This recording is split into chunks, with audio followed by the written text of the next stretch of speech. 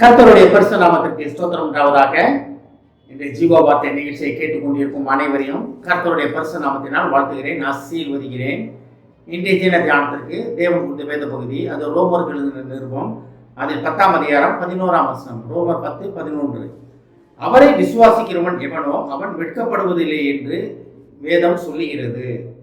இன்றைய தினம் விசுவாசிக்கிறவன் ஆகிய நம்ம வெட்கப்பட மாட்டோம் என்று தேவன் சொல்லுகிறார். இந்த ஓய்வு நாள் என்று தேவன் நமக்கு கொடுக்குற ஒரு வாக்குறுதி அதான். தேவன் நமக்கு கொடுக்குற ஒரு வாக்கு அதான், வெட்கப்பட்டு போவதில்லை, என் ஜனம் ஒருபோதும் வெட்கப்பட்டு போவதில்லை என்று வேதத்தில் படிக்கிறோம். அதே போல் இதை கேட்டுக்கொண்டிருக்கும் நீ யாருமே வெட்கப்பட்டு போவதில்லை. அதுதான் தேவன் திரும்பி உங்கள்கிட்ட சொல்ல ஆசைப்படுகிறார். ஆனால் அதுக்கு முன்னால் இருக்கிற ஒரு வார்த்தை பாருங்கள், அவரை விசுவாசிக்கிறவன், இயேசு கிறிஸ்துவை விசுவாசிக்கிறவன் எவனோ. அப்போ எவனோன்னா யார்? எல்லாரும், கிறிஸ்தவர் மட்டும் கிடையாது. ஒரு ஜாதி மக்களாக இருந்தாலும் பரவாயில்ல, விசுவாசம் இயேசுவின் மேலே நம்ம இருக்கிறதா? அப்படி இருந்துச்சுன்னா அவன் வெட்கப்பட்டு போக மாட்டான் என்று வேதம் சொல்லுகிறது. இயேசு சொல்லுகிறார், இயேசு கிறிஸ்து சொல்லுகிறார். வெட்கப்பட்டு போவதில்லைன்னா என்ன? வாழ்க்கையில், குடும்ப வாழ்க்கையில், நண்பர்கள் மத்தியில் அநேக போராட்டங்கள் இருக்கும், குடும்பத்தில் அநேக போராட்டங்கள் இருக்கும், கணவன் மனைவிக்குள்ள அநேக சண்டைகள் இருக்கும். அப்போ ஒரு சில இடங்களில் தேவையில்லாமல் வார்த்தைகளை பேசி விட்டு நம்ம வெட்கப்பட்டு நிற்போம். வேலை பார்க்கிற இடத்துல வெட்கப்பட்டு தலை குனிவு நம்ம வந்துருக்கோம். நமக்கு அநேகர் நம்மளை மட்டமாக பேசிக்கிட்டு இருப்பாங்க. நண்பர்கள் மத்தியில், தொழில் விருத்தி அடையாமல், தொழில் நஷ்டப்பட்டு அநேகர் மத்தியில் வேலை பார்க்க தெரியாதவங்க, இவனுக்கு தொழிலே தெரியாது, இவன் எதுக்கு ஆரம்பிச்சான் அப்படின்னு அநேகர் உங்கள் பின்னால் பேசுவாங்க. உங்கள்கிட்ட நல்லா பேசுவாங்க, என்னாச்சுன்னு கேட்பாங்க.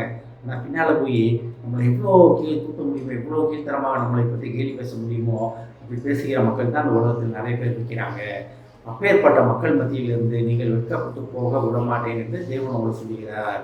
அப்போ குடும்பத்தில் பிரச்சனையாக இருந்தாலும் பரவாயில்ல, பிள்ளைகள் மத்தியில் பிரச்சனையாக இருந்தாலும் பரவாயில்ல, கணவன் மனைவிக்குள் பிரச்சனையாக இருந்தாலும் பரவாயில்ல, வேலை பார்க்கிற இடமா இருந்தாலும் பரவாயில்ல, தொழிலாக இருந்தாலும் பரவாயில்ல, எந்த ஒரு இடமா இருந்தாலும் பரவாயில்ல, தேவன் மேல் நம்ம விசுவாசம் வைக்கும்போது தேவன் நம்மளை சொல்கிற ஒரு காரியம் என்னவென்றால், நான் உங்களை வெட்கப்படுத்த விட மாட்டேன். அப்போ ஜெயம் கொள்ளும் வாழ்க்கை வாழ்வதற்காக கர்த்தர் நம்மளை அழைத்திருக்கிறார், நம்மளை படைத்திருக்கிறார். அதனால் தான் அவர் நமக்குள்ளே வாசம் செய்து கொண்டிருக்கிறார். அப்போ ஜெயமுள்ள வாழ்க்கை வாழ்வது தான் நான் தேவனுக்கு பிரியமான வாழ்க்கை. அப்பாவுக்கு தன்னோட பிள்ளைகள் தோல்வி அடைஞ்சு வருத்தப்பட்டு ரோட்டில் நிற்கிறது அப்பாவுக்கு பிடிக்காது, எந்த ஒரு அப்பாவுக்கும் பிடிக்காது. அப்பாவுக்கு ஒரே சிந்தனை என்ன, பெற்றோரோட ஒரே ஆசை, என் பிள்ளை என்னோட நல்ல பெரிய இடத்துல இருக்கணும், நான் வாழ்வதோட நல்லா வாழணும்னு தான் அவரோட ஆசையாக இருக்கும். அதே தான் இயேசுன்னு சொல்கிறாரு. அதே தான் அதனால் தான் அவர் மேலே விசுவாசம் வச்சோம்னு வச்சுக்கிங்களேன், நம்ம ஒருபோதும் வெட்கப்பட்டு போக மாட்டோம். இதை கேட்டுக்கொண்டு தேவ பிள்ளைகளே, கர்த்தர் நம்மளை செய்யப்படும் வாழ்க்கை வாழ்வதற்காக, நம்ம அநேகருக்கு முன்பாக சாட்சியுள்ள வாழ்க்கை வாழ்வதற்காக, ஆசீர்வாதமான வாழ்க்கை வாழ்வதற்காக கர்த்தர் நம்மளை அழைத்து கொண்டிருக்கிறார். என் ஜனம் ஒருபோதும் வெட்கப்பட்டு போவதில்லை என்ற வார்த்தையை தேவன் மறுபடியும் சொல்ல ஆசைப்படுகிறார். அவரை விசுவாசிக்கிற தேவனும் அவன் வெட்கப்பட்டு போவதில்லை என்று கர்த்தர் உங்களுக்கு சொல்ல ஆசைப்படுகிறார். ஆமென். ஜெபிப்போம். எங்களை அதிகமான நேசிக்கும் அன்பின் பரலோக பிதாவே, நாங்கள் உண்மை விசுவாசித்து உண்மையே நிலைத்து நிற்கும்போது, உண்மை பற்றி கொண்டு இருக்கும்போது தவறே நாங்கள் எந்த இடத்திலும் எங்களுக்கு தோல்வி கிடையாது, ஜெயம் கொள்ளும் வாழ்க்கை தான் எங்களுக்கு என்பதை புரிந்து கொண்ட மாட்டவரே, எந்த இடத்திலும் உமது பிள்ளையாகி எங்களை வெட்கப்படுத்தப்பட விடமாட்டேன் என்று நீ சொன்ன வாக்குக்காக நன்றி ஆண்டவரே. நாங்கள் உண்மை பற்றும் விசுவாசத்திலே பருகி வளர உண்மை பற்றிக்கொள்ள நீர் அழைப்பதற்காக நன்றி தவறே. இதை கேட்டுக்கொண்டு ஒவ்வொருவரையும் ஆசீர்வதிக்கிறோம் அப்பா, ஒவ்வொரு குடும்பத்தையும் ஆசீர்வதிக்கிறோம் ஆண்டவரே. குடும்பத்தில் உள்ள வாலிப பிள்ளைகள் உங்களுக்கு தெரியுமாப்பா, ஒருவேளை படிப்பில் குறைவுள்ளவர்களாக, ஞானத்தில் குறைவுள்ளவர்களாக, தங்கள் உடன் படிப்பவர்கள் மத்தியில் வெட்கப்பட்டு தலை குனிந்து இருந்து கொண்டிருந்தால் அந்த பிள்ளைகளை தலை நிமிர்ந்து நடக்க செய்ய மாட்டார்கள்.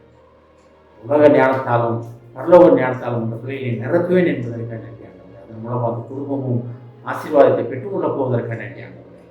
குடும்பத்தில் வேலை பார்ப்பவர்களை முகத்தை தெரியணும் அப்பா, வேலை பார்க்கும் இடத்திலே அவர்கள் வெட்கப்பட்டு போகாதபடிக்கு அவர் தலையை உயர்த்துவேன் என்ற வாக்குக்காக நன்றியானவர்கள்.